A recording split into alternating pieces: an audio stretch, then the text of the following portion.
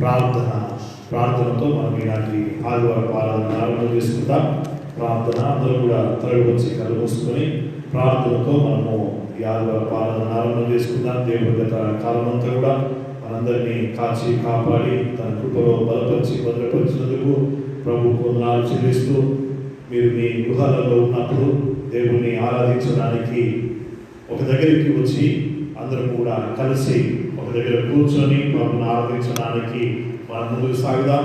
మరి ఇంకా కొన్ని దినాలు ఈ రీతిగా ప్రభువును ఆరాధించే భాగ్యమును ప్రాప్తిస్తూ ఉండగా, ఏది ఏమైనప్పటికీ మనం ఎక్కడున్నప్పటికీ, మన గృహాలలో ఉన్నప్పటికీ, మనం ఎలాంటి పరిస్థితుల్లో ఉన్నప్పటికీ ఆరాధనలో పాల్గొనడం మంచిది.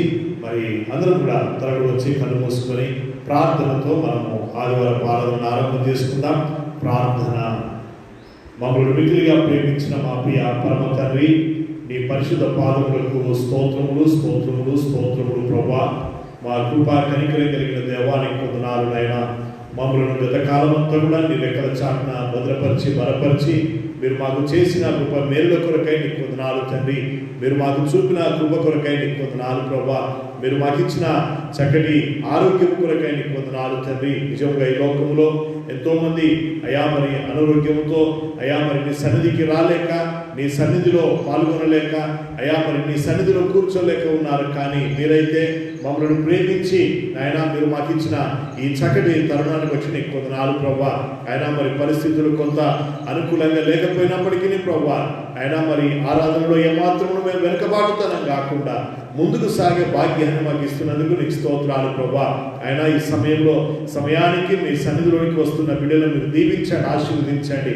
అయా మా ప్రియులందరూ కూడా ఎవరెవరైతే గృహాలలో చేరి అయా ఒక దగ్గర కూర్చొని నిన్ను ఆరాధించడానికి ఇష్టపడుతున్నారో, నిన్ను స్తుతించడానికి ఇష్టపడుతున్నారో వారిని మీరు దీవించండి, మీరు బలపరచండి, మీరు ఆశీర్వదించండి నాయన. నీకు వందనాలు. ఆ రీతిగా ఈ సమయంలో ఆయన మేము కలిసి కొన్ని పాటలు పాడుకునేంటుండగా, కలిసి నీ వాక్యాన్ని చదువుకునేంటుండగా, కలిసి నిన్ను ఆరాధిస్తుండగా, నిన్ను స్తుతిస్తూ ఉండగా, నీ యొక్క వాక్యాన్ని మేము ధ్యానిస్తూ ఉండగా తండ్రి, నీవు మాతో మాట్లాడే ప్రభా నీకు వందనాలు. అయ్యా మరి కష్టకాలంలో తండ్రి, మరి భయంకరమైనటువంటి వైరస్ దినాలలో మేము అయా మరి జాగ్రత్తగా నిన్ను వెతుకుతూ నీ సన్నిధిలో కొనసాగుతూ నీ కొరకు బ్రతికే భాగ్యాన్ని కూడా మీరు మాకు దయచేయమనిచ్చిన తండ్రి నీకు వందనాలు. ఈ సమయంలో మా ప్రియులు ఎవరెవరైతే అనారోగ్యంగా ఉన్నారో, ఎవరెవరైతే తండ్రి మరి బలహీనులుగా ఉన్నారో అటు వారి కొరకు ప్రార్థిస్తున్నాం. మీరు వారిని బలపరచండి, వారికి మంచి ఆరోగ్యము బలమును శక్తిని ఇవ్వండి తండ్రి నీకు వందనాలు.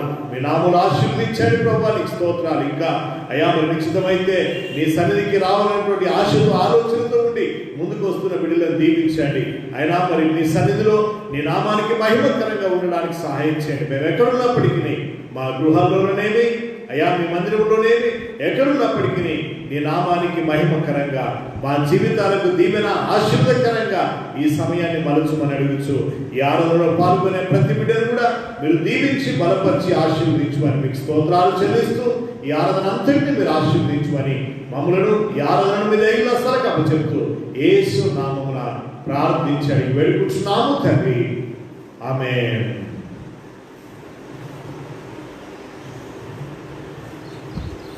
సమయంలో మనము కలిసి కొన్ని పాటలు పాడుకుందాం. మన మధ్యలో స్టీవెన్ మన మధ్యలో ఉన్నారు. మరి తను కొన్ని పాటలు పాడి వినిపిస్తాడు. అందరం కూడా కలిసి పాడుకోవడానికి ప్రయత్నం చేద్దాం.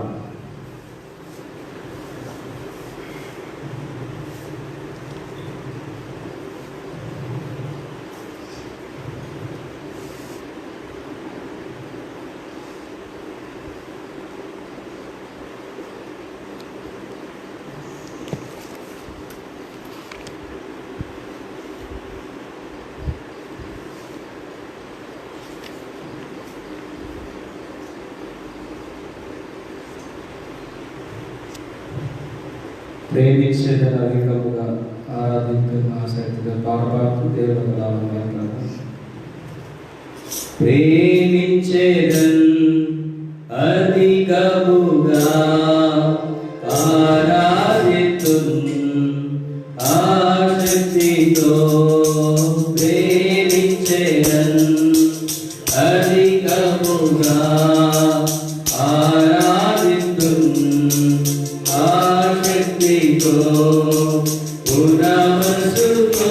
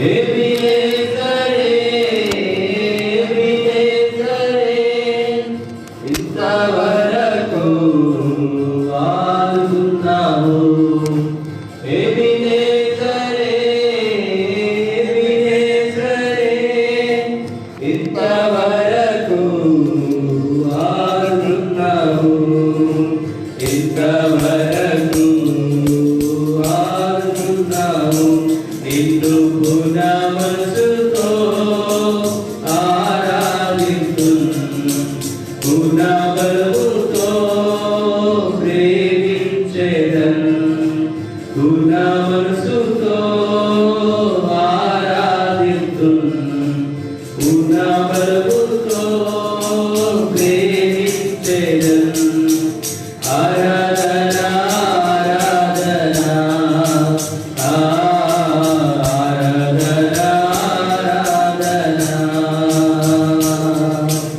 ఆరాధన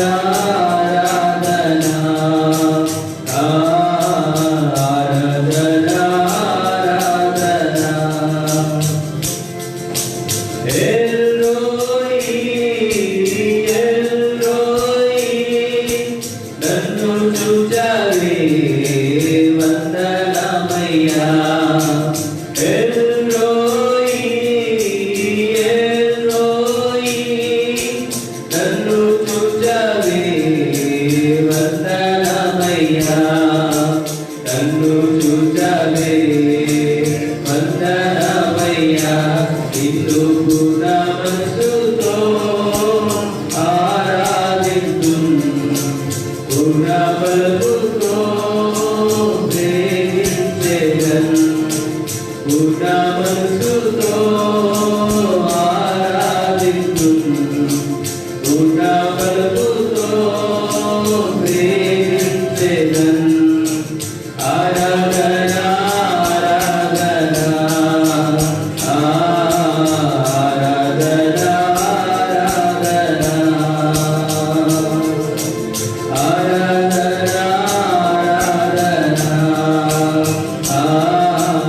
ఆరాధన ఆరాధన యెహోవా రబ్బా యెహోవా రబ్బా స్వస్థపరచవే వందనమయ్యా. యెహోవా రబ్బా యెహోవా రబ్బా స్వస్థపరచవే వందనమయ్యా, స్వస్థపరచవే వందనమయ్యా. నిన్ను పూర్ణ మనసుతో ఆరాధింతును, పూర్ణ బలముతో ప్రేమించెదను, పూర్ణ మనసుతో ఆరాధింతును, పూర్ణ బలముతో ప్రేమించెదను. ఆరాధన ఆరాధన ఆరాధన ఆరాధన ఆరాధన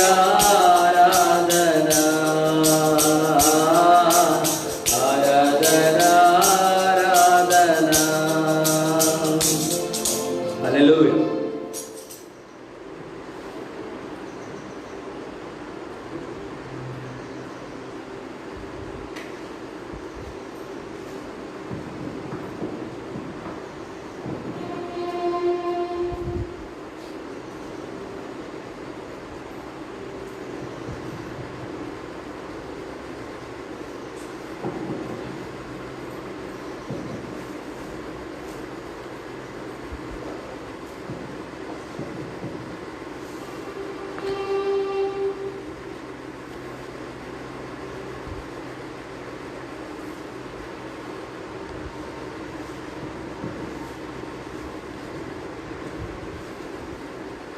నాతో మాట్లాడు ప్రభువా, నీవే మాట్లాడు పాట పాడుతూ దేవుని యొక్క నామమును పొందాం.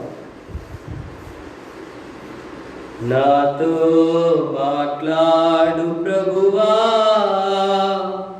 నీవే మాట్లాడుమయ్యా. నాతో మాట్లాడు ప్రభువా, నీవే మాట్లాడుమయ్యా. నీవు పలికితే నాకు మేలయ్యా, నాకు మేలయ్యా. నీ దర్శనమే నాకు చాలయ్యా.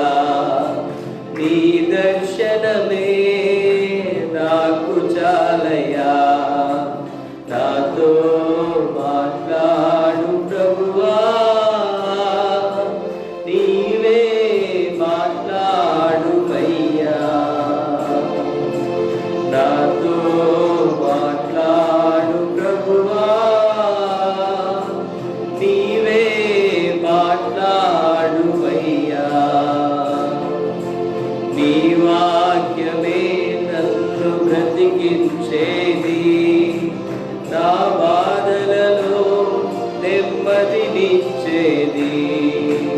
నీ వాక్యమే నన్ను బ్రతికించేది, నా బాధలలో నెమ్మదినిచ్చేది.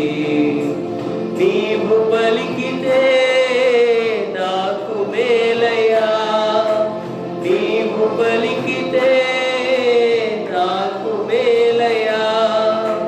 నీ దర్శనమే నాకు చాలయ్యా, నీ దర్శనమే నాకు చాలయ్యా. నాతో మాట్లాడు ప్రభువా, నీవే మాట్లాడుమయ్యా. నాతో మాట్లాడు ప్రభువా, నీవే మాట్లాడుమయ్యా. నీ వాక్యమే స్వస్థత కలిగించేది, నా వేదనలో ఆదరణిచ్చేది. నీ వాక్యమే స్వస్థత కలిగించేది, నా వేదనలో ఆదరణిచ్చేది. నీవు పలికితే నాకు మేలయ్యా, నీవు పలికితే నాకు మేలయ్యా. నీ దర్శనమే నాకు చాలయ్యా, నీ దర్శనమే నాకు చాలయ్యా. నాతో మాట్లాడు ప్రభువా, నీవే మాట్లాడుమయ్యా. నాతో మాట్లాడు ప్రభువా, నీవే మాట్లాడుమయ్యా.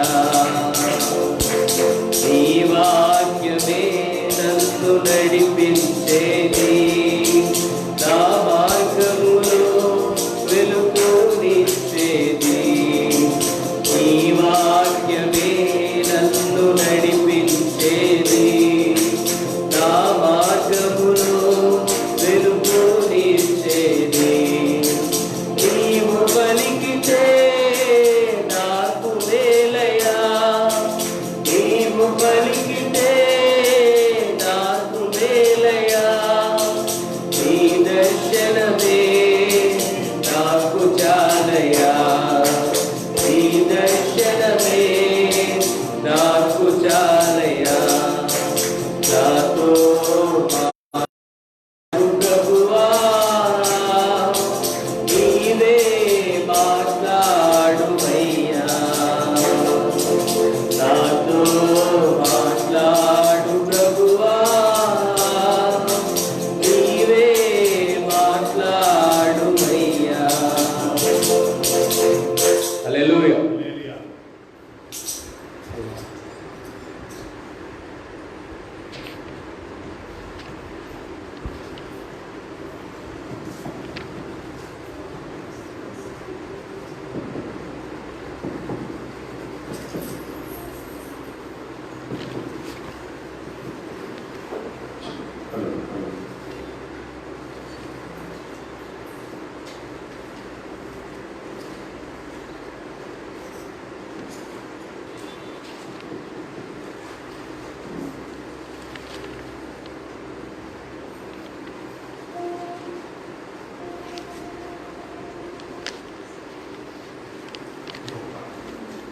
చూస్తున్నామా?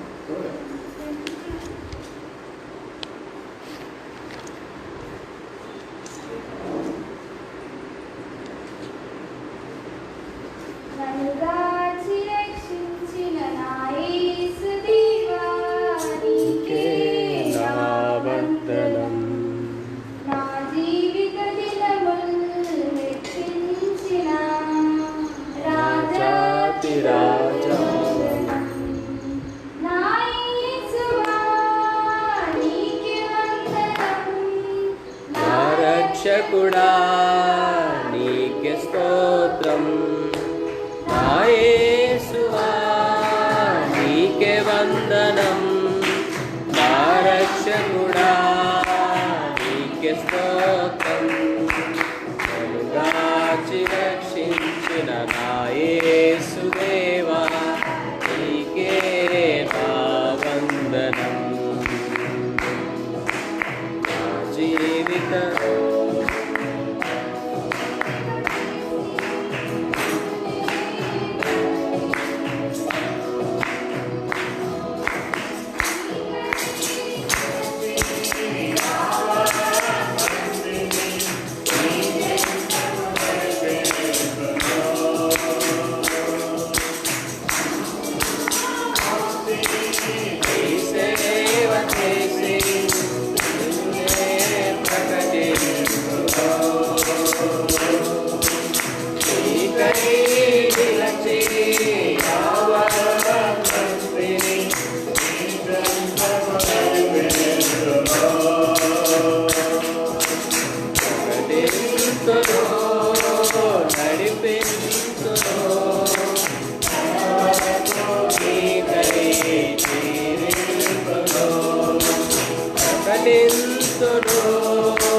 నడిపేంతును నడవరకు నీకై జీవింతును.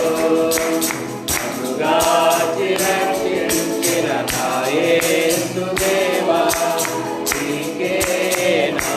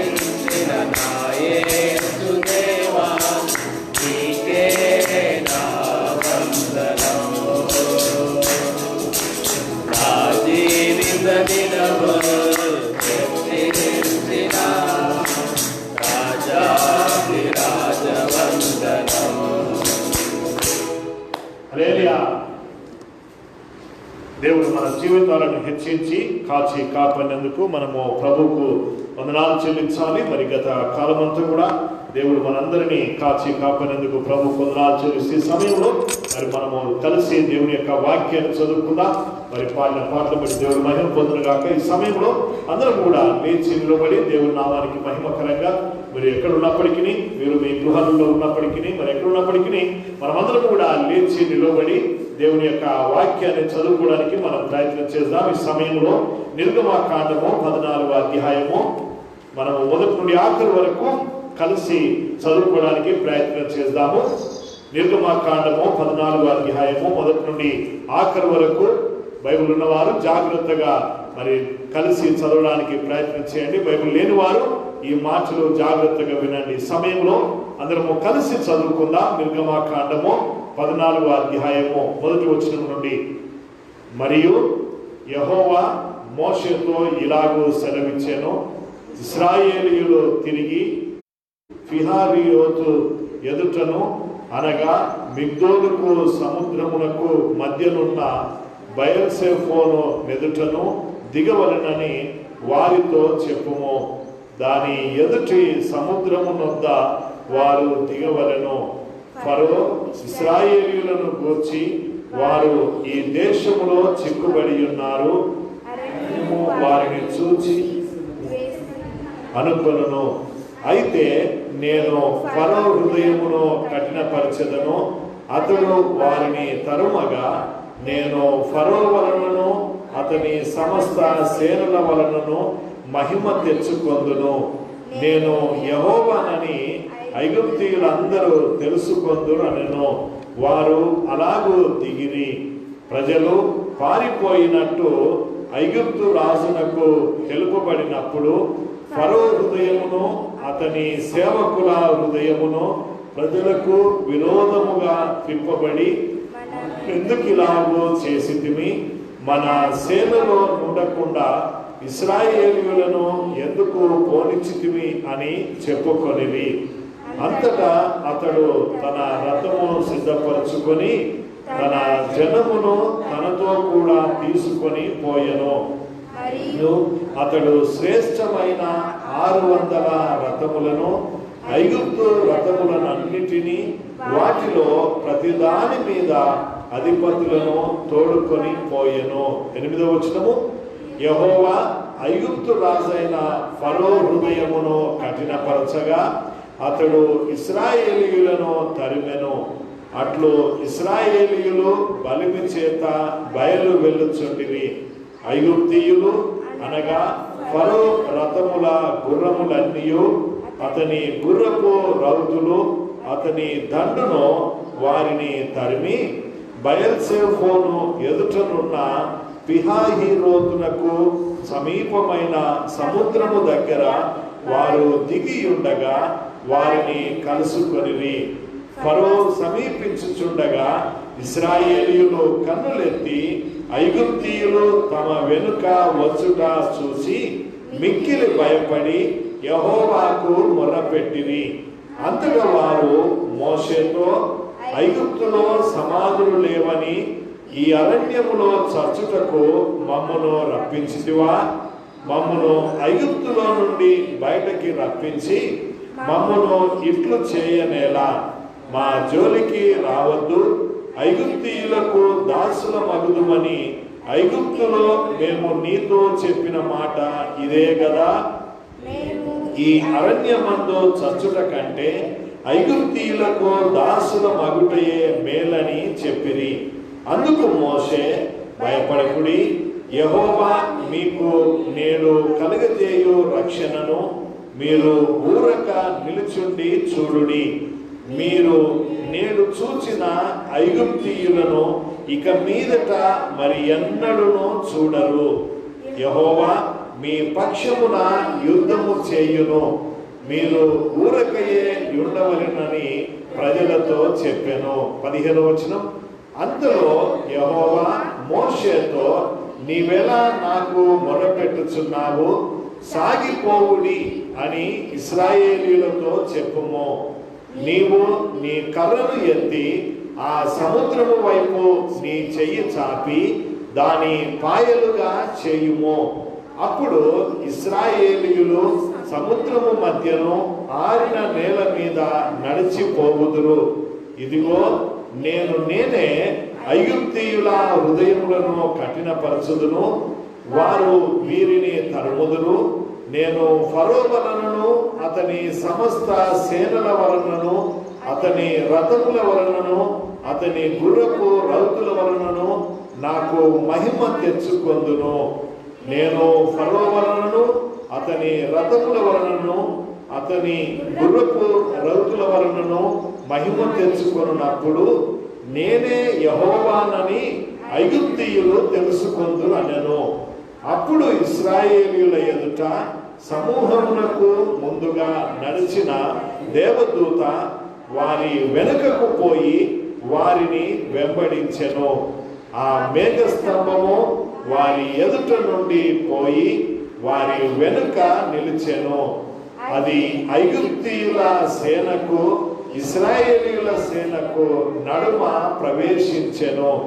అది మేఘము గనుక వారికి చీకటి కలిగెను గాని రాత్రి అది వీరికి వెలిగించెను గనుక ఆ రాత్రి అంతయు ఐగుప్తీయుల సేన ఇశ్రాయేలీయులను సమీపింపలేదు. మోషే సముద్రము వైపు తన చెయ్యి చాపగా యెహోవా ఆ రాత్రి అంతయు బలమైన తూర్పు గాలి చేత సముద్రము తొలగించి దానిని ఆరిన నేలగా చేసెను. నీళ్లు విభజింపబడగా ఇశ్రాయేలీయులు సముద్రము మధ్యను ఆరిన నేల మీదను నడిచిపోయిరి. ఆ నీళ్లు వారి కుడి ఎడమ ప్రక్కలను వారికి గోడ వలె నుండెను. ఐగుప్తీయులు ఫరో గుర్రములను రథములను రౌతులను వారిని తరిమి సముద్రము మధ్యను చేరిరి. అయితే వేకువ జామున యెహోవా ఆ అగ్ని మేఘమయమైన స్తంభము నుండి ఐగుప్తీయుల దండు వైపు చూచి ఐగుప్తీయుల దండును కలవరపరిచి వారి రథచక్రములు ఊడిపడినట్లు చేయగా వారు బహు కష్టపడి తోలుచుండిరి. అప్పుడు ఐగుప్తీయులు ఇశ్రాయేలీయుల ఎదుట నుండి పారిపోదము రండి, యెహోవా వారి పక్షమున మనతో యుద్ధము చేయుచున్నాడని చెప్పుకొనిరి. 26వ వచనము. అంతలో యెహోవా మోషేతో ఐగుప్తీయుల మీదికిని వారి రథముల మీదికిని వారి రౌతుల మీదికిని నీళ్లు తిరిగి వచ్చినట్లు సముద్రము మీద నీ చెయ్యి చాపుమనెను. మోషే సముద్రము మీద తన చెయ్యి చాపగా ప్రొద్దు పొడిచినప్పుడు సముద్రము అధిక బలముతో తిరిగి పొర్లెను గనక ఐగుప్తీయులు అది చూచి వెనుకకు పారిపోయిరి. అప్పుడు యెహోవా సముద్రము మధ్యను ఐగుప్తీయులను నాశనము చేసెను. నీళ్లు తిరిగి వచ్చి ఆ రథములను రౌతులను వారి వెనుక సముద్రములోనికి వచ్చిన ఫరో యొక్క సర్వసేనను కప్పివేసెను. వారిలో ఒక్కడైనను మిగిలి ఉండలేదు. అయితే ఇశ్రాయేలీయులు ఆరిన నేలను సముద్రము మధ్యనున్నప్పుడు ఆ నీళ్లు వారి కుడి ఎడమకు ప్రక్కలకు గోడ వలె నుండెను. ఆ దినమున యెహోవా ఐగుప్తీయుల చేతిలో నుండి ఇశ్రాయేలీయులను రక్షించెను. ఇశ్రాయేలీయులు చచ్చిన ఐగుప్తీయులను సముద్రము తీరమున చూచిరి. యెహోవా ఐగుప్తీయులకు చేసిన గొప్ప కార్యమును ఇశ్రాయేలీయులు చూచిరి గనుక ఆ ప్రజలు యెహోవాకు భయపడి యెహోవా యందును ఆయన సేవకుడైన మోషే యందును నమ్మిక ఉంచిరి. చదివిన వాక్యాన్ని దేవుడు మన వినికిల్లో దీవించి ఆశీర్వదించును గాక. చిన్న ప్రార్థన చేసుకుందాం. ప్రార్థన. ప్రేమగల తండ్రి, నీకు వందనాలు దేవా. మా నిత్యుడవగు తండ్రి, మమ్మలను నడిపించే మా నాయకుడా, నీకు స్తోత్రాలు ప్రభువా. నిజముగా ఈ సమయంలో చదువుకుని ఉన్న వాక్య భాగాన్ని బట్టి నీకు స్తోత్రాలు ప్రభువా. ఇశ్రాయేలు ప్రజలు అయా మరి సముద్రము మధ్యలో ఆరిన నేలను అయ్యా వారు దాచినారు తండ్రి, నీకు వందనాలు. వారిని ఎంతగానో మీరు కాపాడి వారిని మీరు నడిపించిన దేవానికి స్తోత్రాలు తండ్రి. వారికి జయమునిచ్చిన దేవానికి వందనాలు. ఆ రీతిగా ఈ భయంకరమైనటువంటి పరిస్థితుల్లో నీ బిడ్డలముగా మేము కూడా తండ్రి, మీరు మమ్మల్ని నడిపిస్తున్న దేవానికి స్తోత్రాలు. ఆ రీతిగా మేము కూడా నిన్ను అనుసరిస్తూ, నీ వాక్యాన్ని అనుసరిస్తూ ముందుకు సాగే భాగ్యాన్ని నాకు మాకు దయచేయమని అడుగుచు మీకు వందనాలు చెల్లిస్తూ యేసు నామమున ప్రార్థించి అడిగి వేడుకుంటున్నాము తండ్రి, ఆమేన్. దయచేసి కూర్చుందాం. ఈ సమయంలో మనము 2 నిమిషాలు దేవుని యొక్క వాక్యాన్ని వినక ముందు తిరిగి అందరము కలిసి ఒక పాట కలిసి పాడుకుందాం. అందరము కలిసి పాడుకోవడానికి మీరు మీ గృహాలలో ఉన్నప్పటికీ, మరి దేవుని మందిరంలో ఉన్నప్పటికీ అందరము కలిసి ఒక పాట కలిసి పాడుకుందాం. ఈ సమయంలో మరి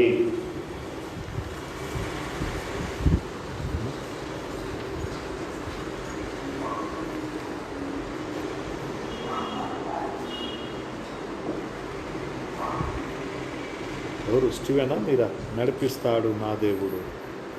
స్టీవెనేనా? స్టీవెన్ దా. నడిపిస్తాడు నా దేవుడు.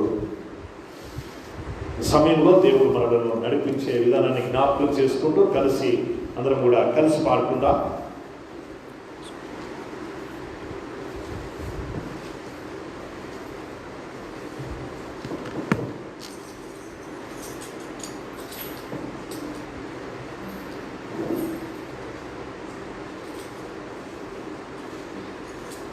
నడిపిస్తాడు నా దేవుడు, శ్రమలోనైనా నన్ను విడువడు. నడిపిస్తాడు నా దేవుడు, శ్రమలోనైనా నన్ను విడువడు.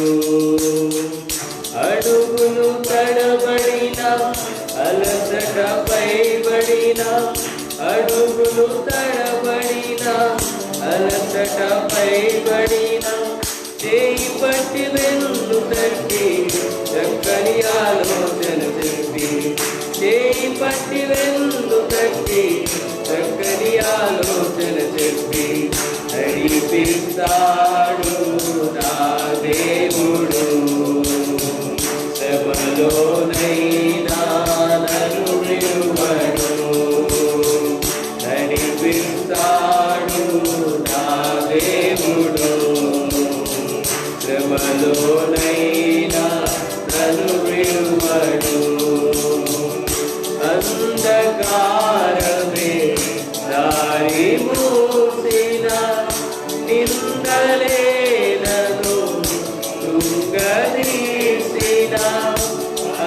అంధకారమే దారి మూసిన, నిందలే నన్ను తుంగదీసిన. తన చిత్తం నెరవేర్చుతాడు, గమ్యము వరకు నన్ను చేర్చుతాడు. తన చిత్తం నెరవేర్చుతాడు, గమ్యము వరకు నన్ను చేర్చుతాడు.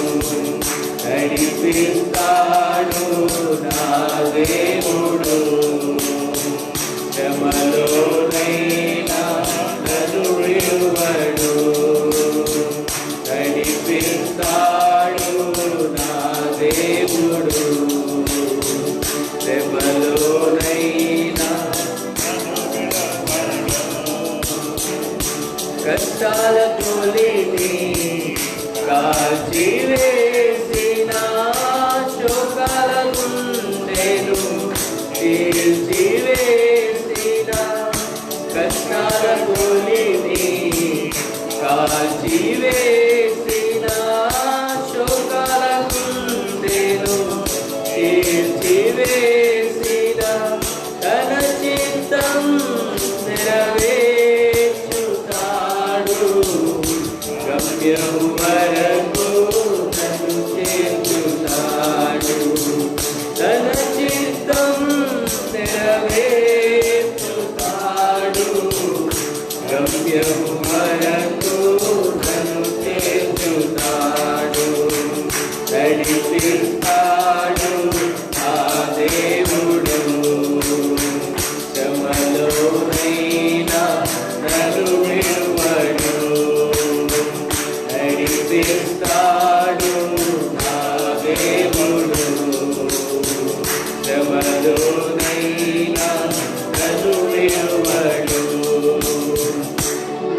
నాకున్న కలిమి కరిగిపోయినా,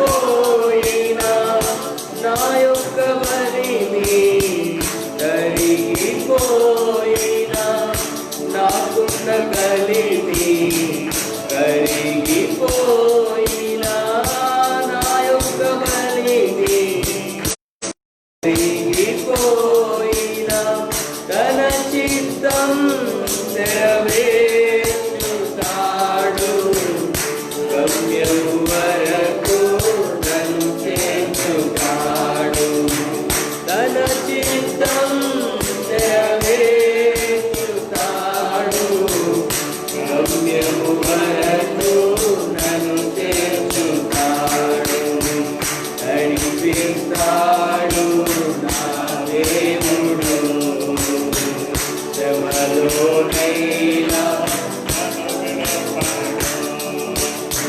నడిపిస్తాడు నా దేవుడు, శ్రమలోనైనా నన్ను విడువడు.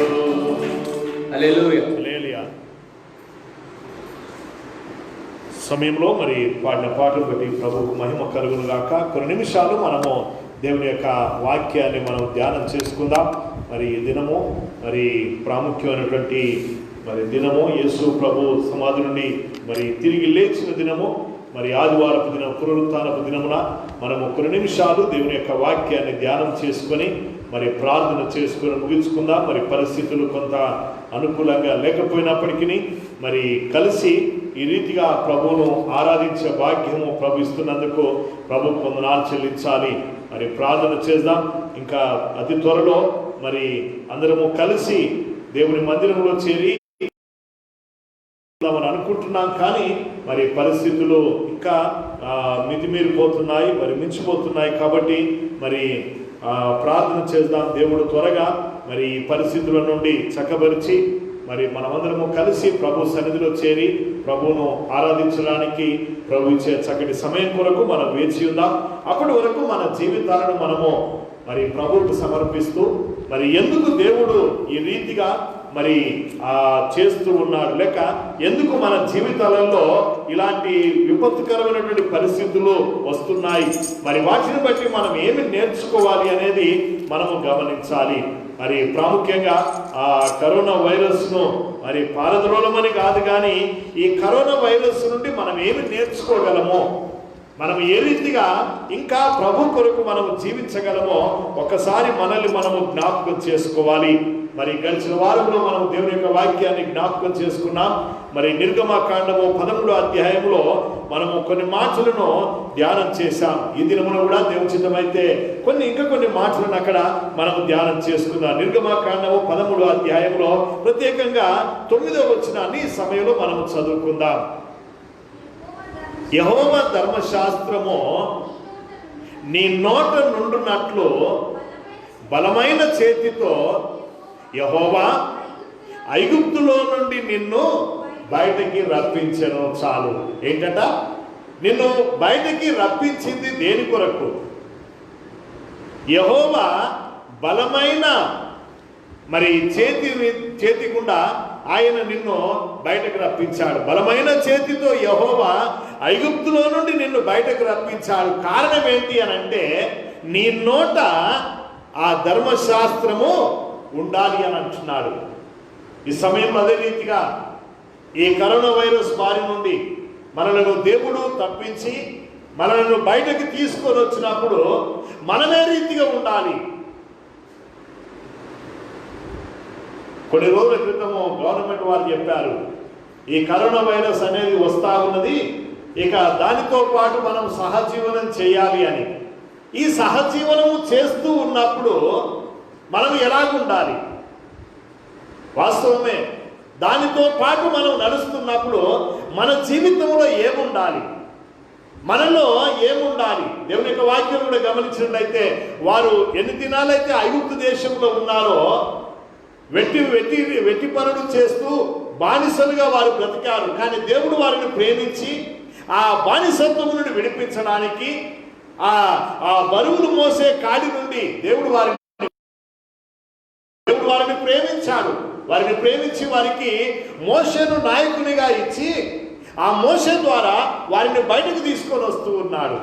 గమనించండి, వారిని బయటకు తీసుకొని వస్తూ ఉన్నప్పుడు వారు ఐగుప్తు దేశంలో నుండి పాలు తేనెలు ప్రవహించే దేశంలోనికి వస్తూ ఉన్నప్పుడు వారు ఏ రీతిగా బ్రతకాలి అంటే వారు ప్రయాణము చేస్తూ ఉన్నప్పుడు ఏ రీతిగా జీవించాలి. ఇప్పుడు కూడా మనం ఈ కరోనా వైరస్తో పాటు మనం ప్రయాణం చేస్తూ ఉన్నప్పుడు మనం కూడా ఏ రీతిగా జీవించాలో ఒక్కసారి మనం జ్ఞాపకం చేసుకోవాలి. ప్రాముఖ్యంగా ఈ సమయంలో మరి మనం గమనించినట్లయితే ఈ కరోనా వైరస్ వల్ల మనం నేర్చుకునేది ఏంటి? ఇంకా ఎక్కువగా మన గృహాలలో ఉంటూ మన బ్రతుకులను మనము ఈ రీతిగా కొనసాగిస్తూ ఉండగా మనము ఎక్కువగా దేవుని యొక్క వాక్యాన్ని జ్ఞాపకం చేసుకుంటూ ఆ వాక్యమును ధ్యానిస్తూ ఆ వాక్యమును మన జీవితాలకు సరిపోల్చి చూసుకుంటూ మన జీవితాన్ని దేవుని యొక్క వాక్యము ద్వారా కడుగుకుంటూ మన హృదయాలను సరిచేసుకుంటూ మనం దేవుని కొరకు బ్రతకగలిగే బ్రతుకు మనకు కావాలి. అందుకొరకనే ఈ పరిస్థితుల్లో మనము ఏమి నేర్చుకోవాలి, మనం ఏ రీతిగా ఉండాలో ఆనాడు మోషే ఇశ్రాయేలు ప్రజలకు చెప్పినట్టే ఈనాడు ఈ కరోనా వైరస్ కూడా నీకు నాకు చెప్పేటువంటి మాట ఒకటే. హల్లెలూయా. నిజంగా కరోనా వైరస్ వచ్చిందని చాలా మంది బాధపడతా ఉంటారు, లేకపోతే చాలా మంది భయపడతా ఉంటారు. మంచిదే, భయపడాలి, బాధపడాలి, మనము జాగ్రత్తగా ఉండాలి. కానీ ఈ కరోనా వైరస్తో పాటు మనము జీవిస్తున్నప్పుడు దేవుని కొరకు మనం ఎలాగ బ్రతకాలి, ఏ రీతిగా మనము జీవించాలి, ఏ రీతిగా మనం ఉండాలి అని అంటే మనము దేవుని యొక్క వాక్యాలు గమనించినట్టుగా అక్కడ మోషేతో దేవుడు చెప్తా ఉన్నాడు. ఏం చేయాలట? 9వ వచనం అంటా ఉన్నాడు, యెహోవా ధర్మశాస్త్రము నీ నోట ఉండాలి అని అంటున్నాడు. గమనించండి, యెహోవా ధర్మశాస్త్రము నీ నోట ఉండాలి. ఆయన బలమైన హస్తముతో నిన్ను బయటకు రప్పిస్తూ ఉన్నాడు, నిన్ను బయటకు తీసుకొని వస్తూ ఉన్నాడు. ఆ భయంకరమైనటువంటి పరిస్థితుల్లో నుండి నిన్ను బయటకు రప్పిస్తూ ఉండగా ఇంకా నాకంటే గొప్పవారు ఎవరున్నారు, నాకంటే మించిన వారు ఎవరున్నారు, నేనే ఆరోగ్యవంతుని, నేనే బలవంతుని, నేనే మంచివాడిని, లేకపోతే నా అంతటి వారు ఎవరు లేరు అని మనం అనుకోకూడదు. ఈ మధ్యలో ఒక పోస్ట్ చూస్తున్నాం కదా, సోషల్ మీడియాలో బాగా హల్చల్ అవుతా ఉన్నది. అన్నిటికీ రిజర్వేషన్ ఉన్నదంట, కానీ కరోనా వైరస్ మాత్రము ఏ రిజర్వేషన్ లేదు. అంటే పెద్దవాళ్ళని, చిన్నవాళ్ళని, ఉన్న వాళ్ళని, లేని వాళ్ళని ఎలాంటి రిజర్వేషన్ లేదు, అందరికీ సమానమే. అలాగే ఐగుప్తు దేశంలో కూడా ఇశ్రాయేలు ప్రజలందరూ కూడా సమానమే. ఆ ఇశ్రాయేలు ప్రజలందరినీ దేవుడు ప్రేమించి వారందరినీ ఆ బానిసత్వంలో నుండి, పాపంలో నుండి, శాపంలో నుండి, ఐగుప్తు దేశంలో నుండి బయటకు తీసుకొని వస్తా ఉన్నాడు. బయటకు తీసుకొని వస్తూ ఉన్నప్పుడు వారు ఎలాగ బ్రతకాలి? నీవు నేను మనం కూడా దేవుడు మనలను కాపాడి, దేవుడు మనకు మంచి ఆరోగ్యమునిచ్చి, దేవుడు మనలను ఆశీర్వదించి మనలను బలపరుస్తూ ఉండగా మనం ఏ రీతిగా ఉండాలి? ఇంతకుముందు చక్కటి పాట పాడుకున్నాం. నిజముగానే అబ్రహాము లాంటి విశ్వాసం, మోషే లాంటి సాత్వికము కలిగి మనము జీవించాలి. ఈ లోకంలో మనం బ్రతుకుతూ ఉండగా దేవుని బిడ్డలముగా, దేవుని కొరకు బ్రతికే వారముగా మనం ఎలా ఉండాలి? గమనించండి, దేవుడు తన బలమైన హస్తముతో మనలను బయటకు లాగి ఆయన మనలను బయటకు తీసుకొని వస్తూ ఉండగా మనం ఏ రీతిగా ఉండాలి? చాలాసార్లు ఈ లోకంలో ఈ సమయంలో గమనించినట్లయితే విశ్వాస సమాజం ఎలాగైంది అని అంటే, లేకపోతే కొంతమంది విశ్వాసుల జీవితాలు ఎలాగైందంటే ఇది చాలా బాగున్నదిలే, కారణం ఏంటి? ఇక ఆదివారం గుడికి పోయి అక్కర్లేదు, లేకపోతే ఎవరు ప్రార్థన చేశారని అడిగే అక్కర్లేదు, లేకపోతే నువ్వేం ఎలాగున్నావు, నువ్వేం చేస్తున్నావు అని అడిగే అవసరం లేదని అనుకుంటున్నారు. కానీ జాగ్రత్త, దేవుడు ఈ తరుణాన్ని నీకు ఇచ్చింది ఎందుకో తెలుసా? దేవుడు ఈ విపత్కరమైన పరిస్థితిని నీకు ఇచ్చింది ఎందుకో తెలుసా? నీవు ఇంకా నీ నోట, ఇంకా నీ జీవితంలో, ఇంకా నీ హృదయంలో, ఇంకా నీ బ్రతుకులో ఎక్కువగా దేవుణ్ణి వేడుకునేటువంటి ఆ మనస్సు నీకు కావాలి. దురదృష్టకరం ఏంటంటే ఇలాంటి పరిస్థితుల్లో కొంతమంది అసలు ప్రార్థనే మానిపోయారు, ప్రార్థన చేయడమే మర్చిపోయారు. ఏదో బ్రతుకుతున్నామంటే బ్రతుకుతున్నాం, ఏదో నడుస్తుందా అంటే నడుస్తున్నది. కానీ గమనించండి, దేవుడు ఎందుకు ఇది సెలవిచ్చాడు అని అంటే నీవు ఎక్కువగా దేవుని మీద ఆధారపడాలని, నీవు ఎక్కువగా దేవుని వాక్యాన్ని జ్ఞాపకం చేసుకోవాలని, నీవు ఎక్కువగా ఇంకా దేవుని కొరకు బ్రతకాలని, ఈ ప్రయాణములో నీవు దేవుని మీదనే ఆధారపడాలని దేవుడు చేశాడు. ఈ ప్రయాణంలో గొప్ప గొప్ప కార్యాలు దేవుడు చేయబోతున్నాడు. ప్రాముఖ్యంగా ఇక్కడ మనము చదువుకున్న వాక్య భాగంలో గమనించినట్లయితే 13వ అధ్యాయము 14వ అధ్యాయం ఇంతవరకు మనం చదువుకున్నాం. 14వ అధ్యాయంలో కూడా అక్కడ వారు బయటకు వచ్చిన తర్వాత మోషేతో దేవుడు అంటా ఉన్నాడు, నేను ఫరో హృదయమును కఠినపరుస్తాను తిరిగి, ఐగుప్తీయుల హృదయాలను కఠినపరుస్తాను తిరిగి, వారు మిమ్మల్ని మళ్ళీ తరమడానికి వస్తారు. వారు మిమ్మల్ని తరమడానికి వచ్చినప్పుడు ఏం చేస్తాడంట, దేవుడు తన మహిమ కొరకు మాత్రమే వాడుకుంటాడంట. గమనించిన మాట మనం గమనించినట్లయితే ఏమంటాడు ఒక్కసారి 14వ అధ్యాయంలో ఆ మాట మనం చదువుకున్నాం చూడండి. ఇంతకుముందు మనం చదువుకున్నాము. ఎందుకు అది అలవ్ చేస్తాడట, ఎందుకు ఆ రీతిగా చేస్తాడట, ఆ రీతిగా చేయడం ద్వారా ఏం కలుగుతుందంట, దేవుని నామానికి మహిమ కలుగుతుంది అని అంటాడు. గమనించండి ఆ వచనము, గమనించండి 4వ వచనమా. అయితే నేను ఫరో హృదయమును కఠినపరచెదను, అతడు వారిని తరుమగా నేను ఫరో వలనను అతని సమస్త సేనల వలనను, గమనించండి, మహిమ తెచ్చుకొందును అని అంటున్నాడు. అంటే దేవుడే ఫరో హృదయాన్ని కఠినపరుస్తూ, దేవుడే ఐగుప్తీయుల హృదయాలను కఠినపరుస్తూ తరమడానికి వస్తూ ఉండగా ఆ తరమడం ద్వారా దేవుని నామానికి మహిమ తెచ్చుకుంటారు అని అంటున్నాడు. ఈ సమయంలో చాలాసార్లు మనం బాధపడతా ఉంటాం. కానీ ఈ కరోనా వైరస్ ద్వారా ఏంటి అంటే దేవుని నామానికి మహిమ రావాలి. ఇలాంటి భయంకరమైన పరిస్థితుల్లో నీవు దేవుని మీద ఆధారపడి దేవుని కొరకు బ్రతుకుతున్నప్పుడు నీవు గొప్ప గొప్ప కార్యాలను చూసే బిడ్డగా నీవు ఉండాలి. అది కొరకనే ఇశ్రాయేలు ప్రజల జీవితంలో అప్పటి వరకు వారు ఎంతగా నమ్మకం ఉంచారో లేదో తెలియదు. కానీ ఇక్కడ జరిగిన ఈ విపత్కరమైన కార్యములు మనం గమనించినట్లయితే వారు ఆశ్చర్యపడేలాగా వారి జీవితంలో దేవుడు గొప్ప కార్యాన్ని చేశాడు. హల్లెలూయా. వారు ఆశ్చర్యపడేలాగా, వారు ఇంకా విశ్వాసములో ఎదిగేలాగా, వారి విశ్వాసము స్థిరపడేలాగా వారిని ఎలాగ నడిపించాడో చూడండి. ఒకవేళ దేవుడు గనక ఆ ఫరో హృదయాన్ని కఠినపరచకపోతే, ఇశ్రాయేలు యొక్క ఆ ఐగుప్తీయుల యొక్క సేనల యొక్క వారి హృదయాలను కఠినపరచకపోతే ఆ ఇశ్రాయేలీయులు గొప్ప కార్యాన్ని చూసేవారు కాదు, సముద్రము 2 పాయలుగా అయ్యేది కాదు. గమనించండి. కానీ ఎప్పుడైతే ముందు మరి జయము కలుగుతా ఉన్నది, చాలాసార్లు మనం అనుకుంటాము శ్రమలు రాగానే, దుఃఖము రాగానే, బాధ కలగగానే, లేకపోతే ఇరుకులు ఇబ్బందులు కలగగానే, లేకపోతే మన జీవితంలో కొన్ని విపత్కరమైన పరిస్థితులు రాగానే, అనారోగ్యము కలగగానే ఇక దేవుడు నన్ను మర్చిపోయాడులే అని చాలాసార్లు మనం వాపోతా ఉంటాము.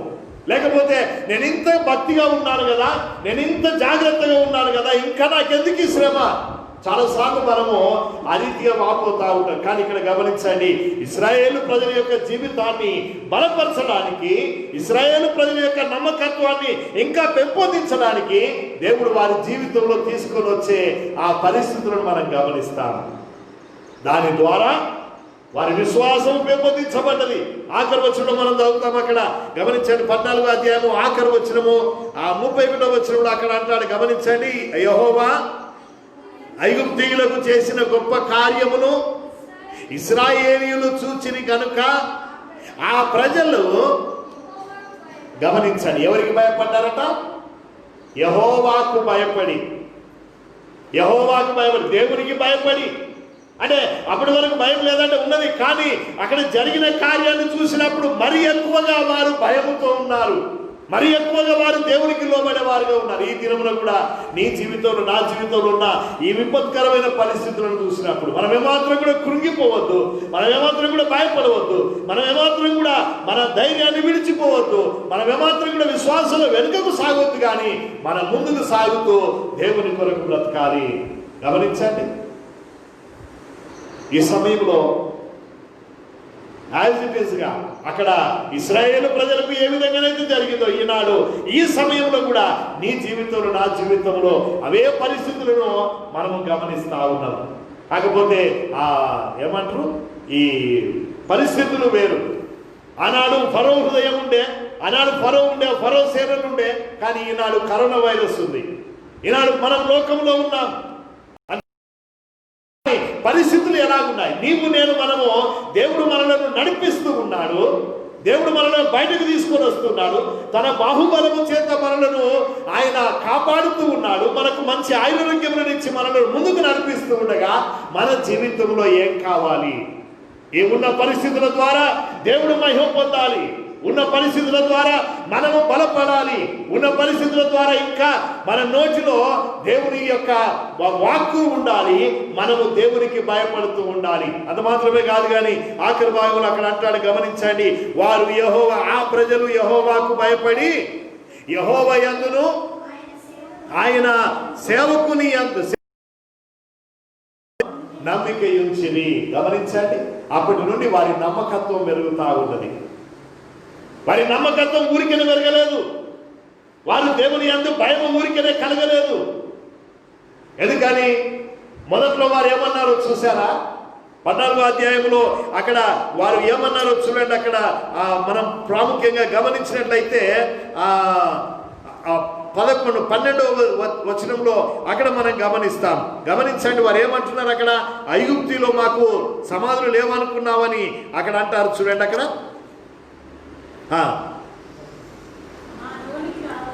మా జోలికి రావద్దు. గమనించండి 11వ వచనంలో మోషే, ఇక్కడ గమనించండి, మోషే అంతకంటే ముందుగా మోషేతో ఏమంటుంది? ఇక్కడ వాదానికి వచ్చారు. అంటే దేవుని సేవకునితో వాదం పెట్టుకుంటున్నారు. వారు దేవునికి మొరపెట్టడం లేదు, దేవుని సేవకునితో వాదం పెట్టుకుంటూ వారు ఏమంటున్నారు? మోషేతో, ఐగుప్తులో సమాధులు లేవని ఈ అరణ్యములో చచ్చుటకు మమ్మల్ని రప్పించితివా. గమనించండి, ఏకంగా సావడానికే.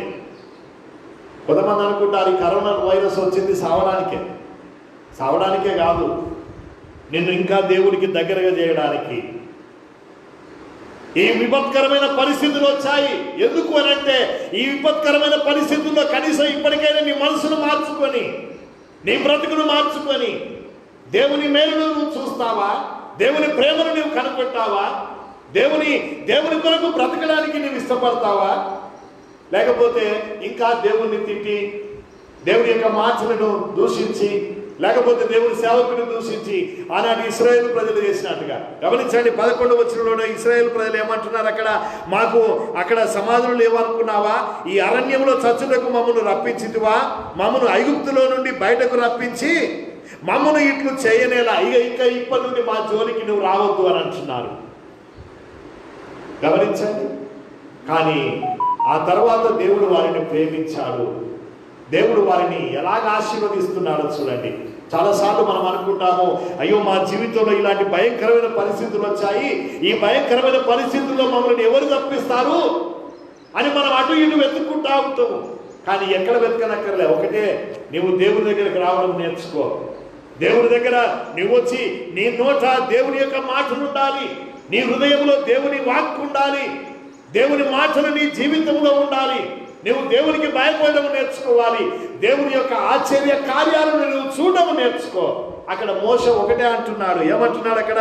గమనించండి 13వ వచనంలో అంటాడు అక్కడ, అందుకు మోషే భయపడకుడి. గమనించండి, ఈ రోజుల్లో చాలా మంది భయపడతా ఉన్నారు. పరిస్థితులు తారుమారైతా ఉంటే చాలా మంది భయపడతా ఉన్నారు. భయపడడం కాదు, భయపెడతా ఉన్నారు. ఎవరికన్నా వచ్చిందంటే అమ్మో మీరు అటువైపు వెళ్ళకండి అని భయపెట్టడం కాదు. ఈ సమయంలో నువ్వు ధైర్యమునివ్వాలి. మోషే ఎలాగ ధైర్యం ఇస్తున్నాడో గమనించండి. మోషే అంటున్నాడు, మీరు భయపడకుడి. మీరేం చేయాలంట? మీరు భయపడకుడి. గమనించండి 13వ వచనంలో అక్కడ మనం గమనించండి, మీరు భయపడకుడి, యెహోవా మీకు నేడు కలగజేయు రక్షణను ఏం చేయాలంట? ఊరికే మీరు నిలిచుండి చూడండి, అంతే. మీరు చేయవలసింది ఏమీ లేదు. మీరు ఊరికే నిలిచుండి చూడండి, మీరు ఊరికే నిలబడి చూడండి. దేవుడు మీ పట్ల ఎలాంటి కార్యం చేస్తాడు. కారణం ఏంటి? దేవుడు మిమ్మల్ని ఊరికే ఇక్కడ దాకా తీసుకొని రాలేదు. దేవుడు మిమ్మల్ని ఐగుప్తు దేశంలో నుండి, పాపంలో నుండి, శాపంలో నుండి, ఆ బరువుల కాడి నుండి తీసుకొని వచ్చి మిమ్మల్ని అరణ్యంలో చంపడానికి కాదు. దేవుడు ఇంతకాలం మిమ్మల్ని కాపాడింది, తన రక్తం ఇచ్చి మిమ్మల్ని కొన్నది, తన రక్తం ఇచ్చి మిమ్మల్ని కాపాడింది ఎందుకు? ఈ కరోనా వైరస్ నుండి చంపడానికా? కాదు. ఈ కరోనా వైరస్ లో కూడా నువ్వు దేవుని మహిమపరచడానికి. హల్లెలూయా. గమనించండి, ఎంతమంది మనం ఇలాగ చెప్పగలుగుతాం? అంటే అలాంటి విశ్వాస జీవితంలోనికి మనం ముందుకు రావాలి. అలాంటి పరిస్థితుల్లోనికి మనం ఎదగాలి. ఇశ్రాయేలు ప్రజలు మొదటగా మోషే మీద సనుక్కున్నారు, దేవుని మీద కూడా సనుక్కున్నారు. ఇక మాకు అక్కర్లేదు అని అనుకుంటున్నారు. కానీ అక్కడ మోషే అంటున్నాడు, ఈ దినమున మీరు చూడండి దేవుడు మీకు ఎలాగ రక్షణ ఇస్తాడు.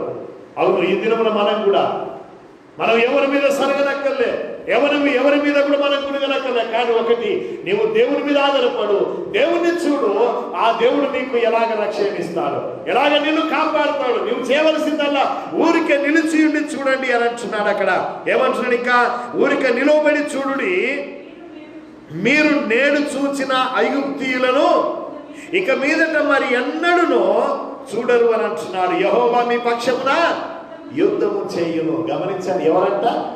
మనమా? చాలాసార్లు మనం అనుకుంటాం, అబ్బో నేను ఎలాగ నడవాలి, నేను ఎలాగ ముందుకు సాగాలి, ఈ భయంకరమైన పరిస్థితుల్లో, ఈ పరిస్థితుల్లో నా కుటుంబం ఎలా గడవాలి, ఈ పరిస్థితుల్లో నేను ఎలాగ బ్రతకాలి అని మనం అనుకుంటాం. కానీ బ్రతికేది మనం కాదు, బ్రతికించేది దేవుడు. అది కొరకనే మనం ఊరికే నిలబడి చూడడం నేర్చుకోవాలి. ఊరికే నిలబడి చూడడం అంటే ఇక గాలికి దీపం పెట్టానని కాదు. కానీ మొదట్లోనే మనం చదువుకున్న 13వ అధ్యాయంలో మనం చదువుకున్న 9వ వచనం అక్కడ ఏమంటాడు, ఏముండాలంటే మన నోటిలో యెహోవా ధర్మశాస్త్రం ఉండాలి, యెహోవా మాటలు ఉండాలి, నీ హృదయంలో దేవుని మాటలు ఉండాలి, నువ్వు దేవునికి భయపడాలి. దేవుని దగ్గరకు వచ్చి నువ్వు చూడు, దేవుని చూడు, ఆయన చేసే కార్యాలను నువ్వు చూడు, నీ కళ్ళారా చూసి నువ్వు దేవుని యందు విశ్వాసం ఉంచు. గమనించండి, దేవుడు నిన్ను అరణ్యంలో చంపడానికి తీసుకొని రాలేదు. దేవుడు నిన్ను ఈ భయంకరమైన పరిస్థితుల్లో ఇలాగ చంపడానికి కాదు. ఆయన నిన్ను రక్షించింది ఎందుకనంటే, నిన్ను కాపాడేది ఎందుకనంటే దేవుని నామానికి మహిమ తేవడానికి. అది కొరకని నువ్వు దేవుని నామానికి మహిమకరంగా బ్రతకగలవా? ఇలాంటి బ్రతుకులో మనము కొనసాగుతూ ఉండగా, ఇలాంటి పరిస్థితుల్లో మనం కొనసాగుతూ ఉండగా మనం ఎలాగుండాలో ఒక మాట మనం గమనిస్తాం. అదే 13వ అధ్యాయంలో కూడా ఇంకొక మాట మనం చదువుకుందాం. చూడండి, 13వ అధ్యాయంలో 21వ వచనాన్ని మనం చదువుకుందాం. వారు పగలు రాత్రియు ప్రయాణము చేయునట్లుగా యెహోవా త్రోవలో వారిని నడిపించుటకై పగటి వేళ మేఘస్తంభములోను వారికి వెలిగించుటకు రాత్రి వేళ అగ్నిస్తంభములోను ఉండి వారికి ముందుగా నడుచుచు. గమనించండి, చీకట్లో ఉంచాడా దేవుడు? ఎండలో ఉంచాడా దేవుడు? లేదు.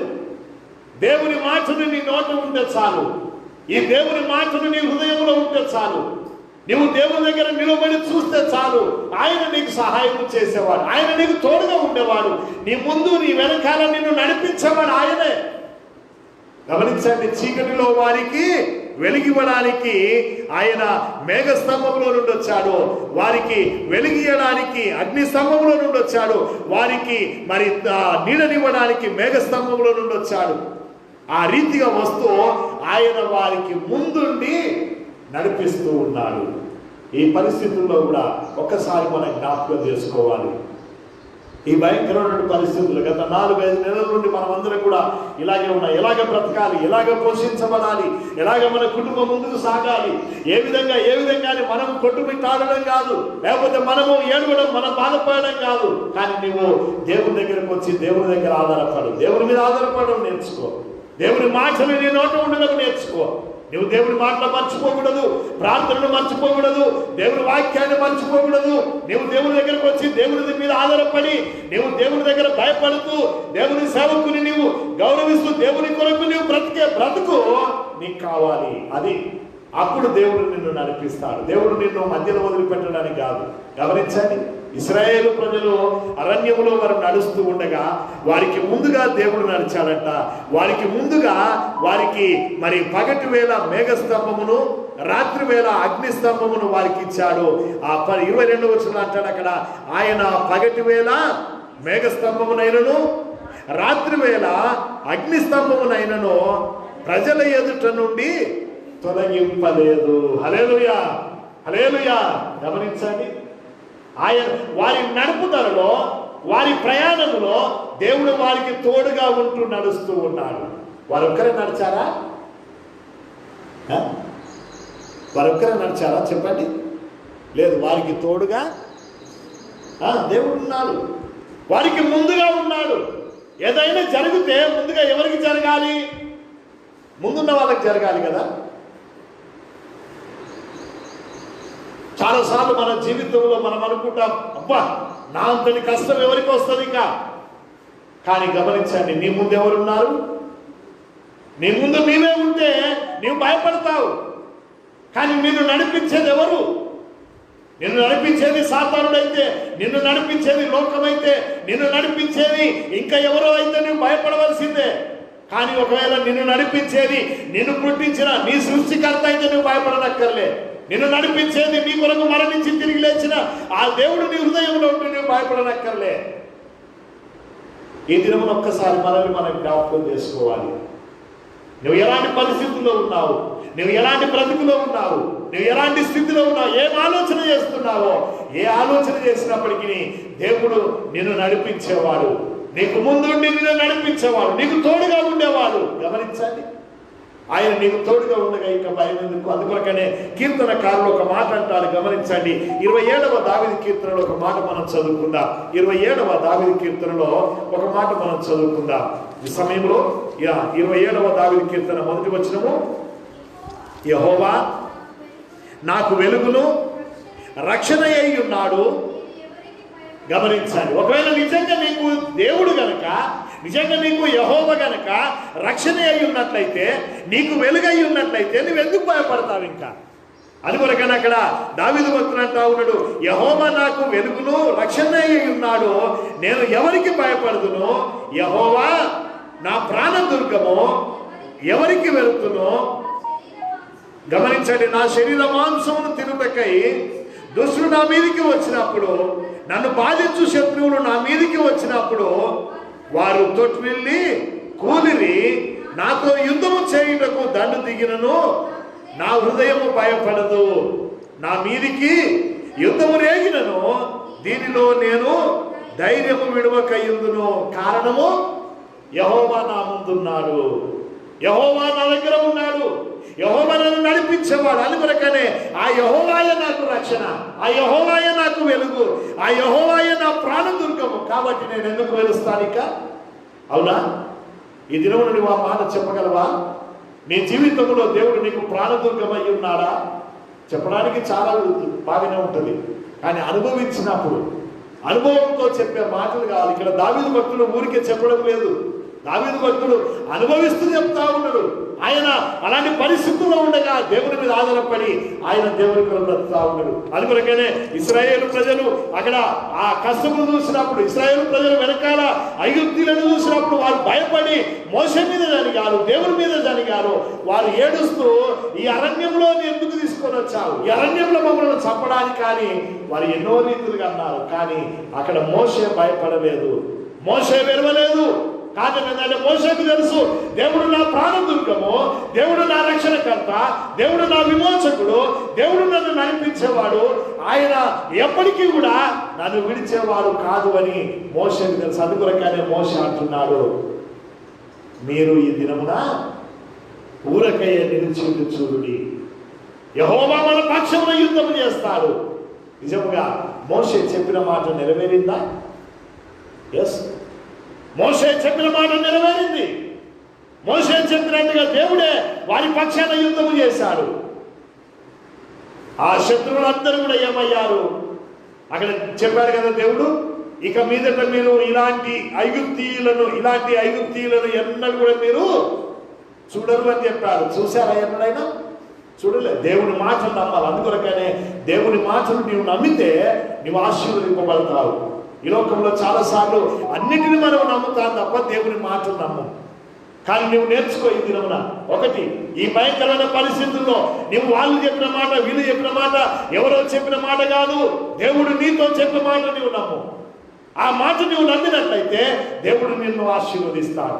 ఆ మాట నువ్వు నమ్మినట్లయితే దేవుడు నిన్ను దీవిస్తాడు, దేవుడు నిన్ను నడిపిస్తాడు. ఎక్కడి వరకు? పాలు తేనెలు ప్రవహించే దేశంకు నీకు నెమ్మదినిచ్చేవాడిగా ఉన్నాడు. అందుకొరకనే నువ్వు దేవుని మాటను నమ్మడం నేర్చుకో. అక్కడ వారు ఇశ్రాయేలు ప్రజలు ఎంతగానో ఏడుస్తా ఉన్నారు, బాధపడతా ఉన్నారు. ఇక మేము ఈ అరణ్యంలో చచ్చడం లేదా, మళ్ళీ తిరిగిపోయి ఎవరికి దాసులైతారట? ఐగుప్తీలకు దాసులైతేనే బాగుండు అని అనుకుంటున్నారు. అక్కడ గమనించండి, 12వ వచనం ఆఖరు భాగంలో అంటారు కదా, మా జోలికి రావద్దు, ఐగుప్తీలకు దాసుల మగుదుమని. ఐగుప్తులో మేము నీతో చెప్పిన మాట ఇదే కదా, మేము ఈ అరణ్యమందు చచ్చుట కంటే ఐగుప్తీలకు దాసుల మగుటయే మేలట. ఏది మేలు? ఈ దినాన చాలా మంది అలాగే అనుకుంటున్నారు. ఈ దేవుని నమ్ముకొని దేవుని కొరకు బ్రతకడం ఏం అవసరము, లోకంలోనికి పోయి తిరిగి లోకముతో ఉండి లోకములో కలిసి లోక ప్రకారంగా చేయడమే మేలు అనుకుంటున్నారు. కానీ జాగ్రత్త, అది కాదు. ఈ భయంకరమైన విపత్తుకర పరిస్థితుల్లో, ఇలాంటి భయంకరమైన పరిస్థితుల్లో నీవు లోకంలోనికి వెళ్ళడం కాదు, దేవుని దగ్గరికి తిరిగిరా, దేవుని దగ్గర ఉండు, నువ్వు దేవుని కొరకు బ్రతుకు. దేవుడు నిన్ను నీ కుటుంబాన్ని ఆశీర్వదించడానికి ఆయన ఇష్టపడుతున్నాడు. చూస్తావా దేవుడు చేసే మేలు? అనుభవిస్తావా దేవుడు చూపే గొప్ప కార్యములు? గమనించండి, వారి ముందట సముద్రం ఉన్నది, వెనకాల శత్రువులు ఉన్నారు. ఏం చేయాలి? వాస్తవానికి ఆ పరిస్థితుల్లో మనం ఉన్నా ఏం చేస్తాం? కానీ మోషే ధైర్యంతో ఉండి, మోషే ఒకటే అంటున్నాడు, మీరు ఊరక ఉండండి, ఊరక నిలిచి ఉండి చూడండి దేవుడు చేసే గొప్ప కార్యాన్ని. దేవుడే మీ పక్షంగా యుద్ధం చేస్తాడన్నప్పుడు నిజముగానే అలాగే దేవుడు వారి పక్షంగా యుద్ధం చేశాడు. దేవుడు వారి పక్షంగా నిలబడ్డాడు, దేవుడు వారి పక్షంగా ఉన్నాడు. వారు కల్లార చూశారు దేవుని కార్యాన్ని. ఈ దినాన కొంతమంది కల్లార దేవుని కార్యాన్ని చూసిన నమ్మేవారుగా లేరు. దేవుడు నిన్ను ఏ విధంగా బయటకు లాగాడు, దేవుడు నిన్ను ఏ విధంగా రక్షించాడు నీకు తెలుసు కదా. మరి నీ విశ్వాసం ఏమైంది? నువ్వు ఎంత భయంకరమైన పరిస్థితుల్లో ఉండగా దేవుడు నిన్ను తప్పించాడు. నువ్వు దేవుడి దగ్గరికి రాకముందు నీ పాత జీవితం ఎలాగుండే ఒక్కసారి నెమరు వేస్తావా? బ్యాగ్లోనికి వెళ్తావా? నిన్ను నీవు ఆలోచన చేసుకో, ఎలాగుంటివి అప్పుడు. ఇప్పుడు ఒక్కసారి ఆలోచన చెయ్యి. అది కొరకనే దేవుని కొరకు బ్రతికే బిడ్డలముగా ఈ ప్రయాణంలో, ఈ అరణ్యంలో, ఈ యాత్రలో మనం ఉండగా మనం ఏమాత్రము భయపడదు. ఒకటి, ఎందుకు వచ్చింది ఇది అనంటే కేవలము దీని ద్వారా దేవుని నామానికి మహిమ తెచ్చుకోవడం కొరకే ఆయన దీన్ని అలో చేశాడు. నేను ఒక సేవకుడు చెప్తా ఉన్నాడు, ఈ ఒక్క వైరస్ కొరకే మనం భయపడనక్కర్లే, బాధపడనక్కర్లే. ఈ ఒక్క తెగులకే మనం భయపడనక్కర్లే. వాక్యము తెలిసిన వారు ఎన్ని తెగుళ్ళు వస్తాయంట? ప్రకటన గ్రంథంలో ఉంది. ఎన్ని తెగుళ్ళు వస్తాయి? 7 తెగుళ్ళు వస్తాయంట. ఆ 7 తెగుళ్ళలో ఇదొక తెగులు, ఇంకా 6 తెగుళ్ళు రానై ఉన్నాయి. మరి ఒక తెగులకే నువ్వు భయపడి బాధపడి నువ్వు వెనుకకపోతే మిగతా వాటి కొరకు, అది కొరకైనా ఈ పరిస్థితుల్లో నువ్వు ఊరక నిలిచిండు చూడు. నీ హృదయంలో దేవుని మాట ఉంచుకో, నీ జీవితంలో దేవుని మాట ఉంచుకో. నువ్వు దేవుని కొరకు బ్రతుకు. ఆ దేవుడే నిన్ను నడిపించేవాడు, ఆ దేవుడే నిన్ను క్షేమంగా చేర్చేవాడు, ఆ దేవుడే నిన్ను ఆదరించేవాడు. నీవు దేవుని కొరకు బ్రతుకు. ఆ దేవుడే నీకు వెలుగు, ఆ దేవుడే నీకు రక్షణ, ఆ దేవుడే నిన్ను ముందుకు నడిపించేవాడు. అది కొరకు నీవు భయపడనక్కర్లే. ఇలాంటి భయంకరమైన పరిస్థితులు ఇంకా చాలా రాబోతున్నాయి.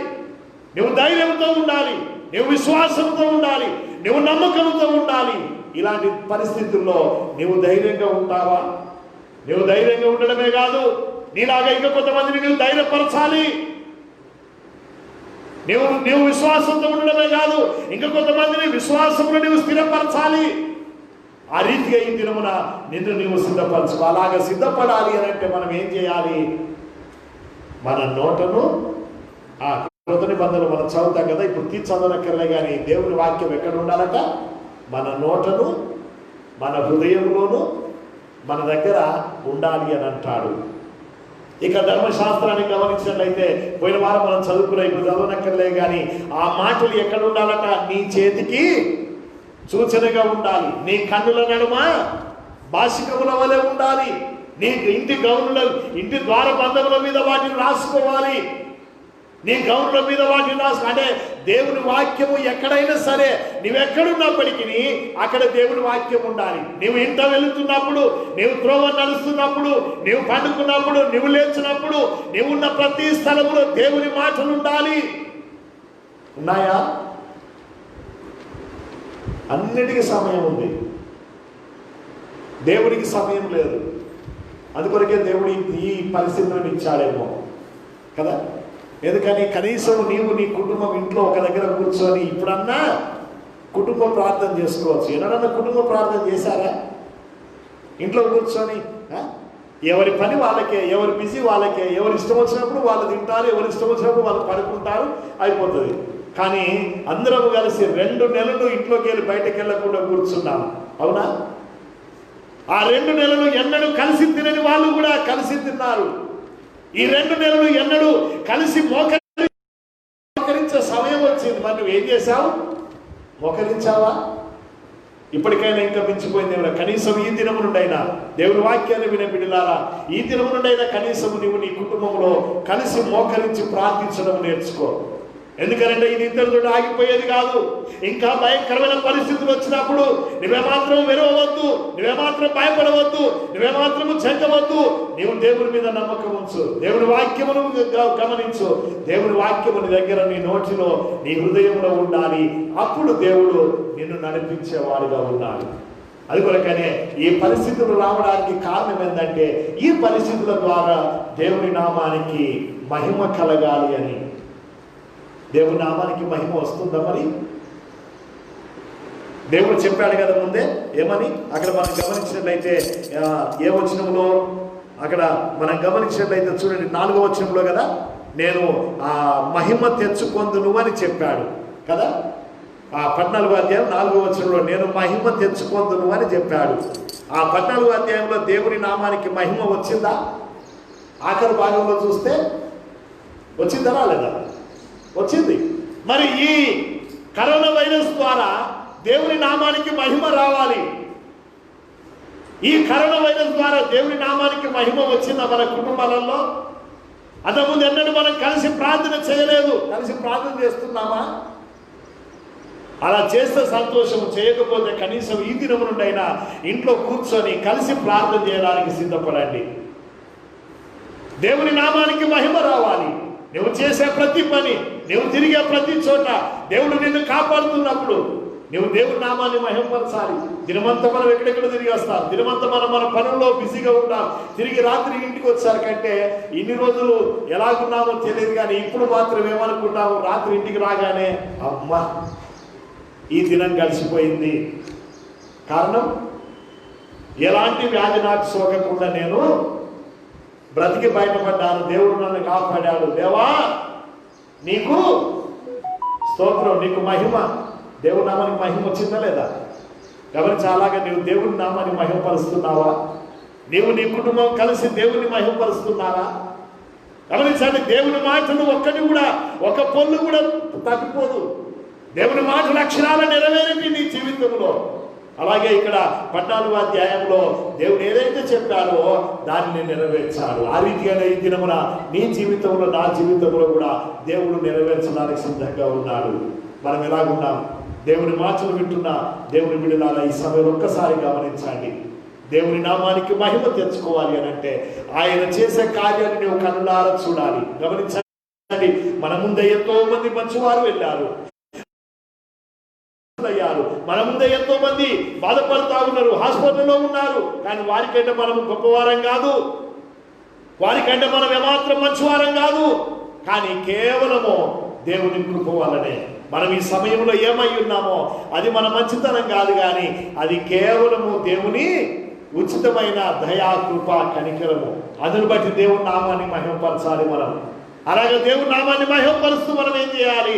ఆఖరి భాగంలో ఉన్నట్టుగా ఇంకా ఎక్కువగా దేవునికి భయపడుతూ, ఇంకా ఎక్కువగా దేవునికి భయపడుతూ ఆయన మాటలు మన హృదయంలో, మన నోటిలో ఉంచుకొని దేవుని కొరకు మనం బ్రతికే బిడ్డలముగా మనం ఉండాలి. అలాగే మనం ఉందామా?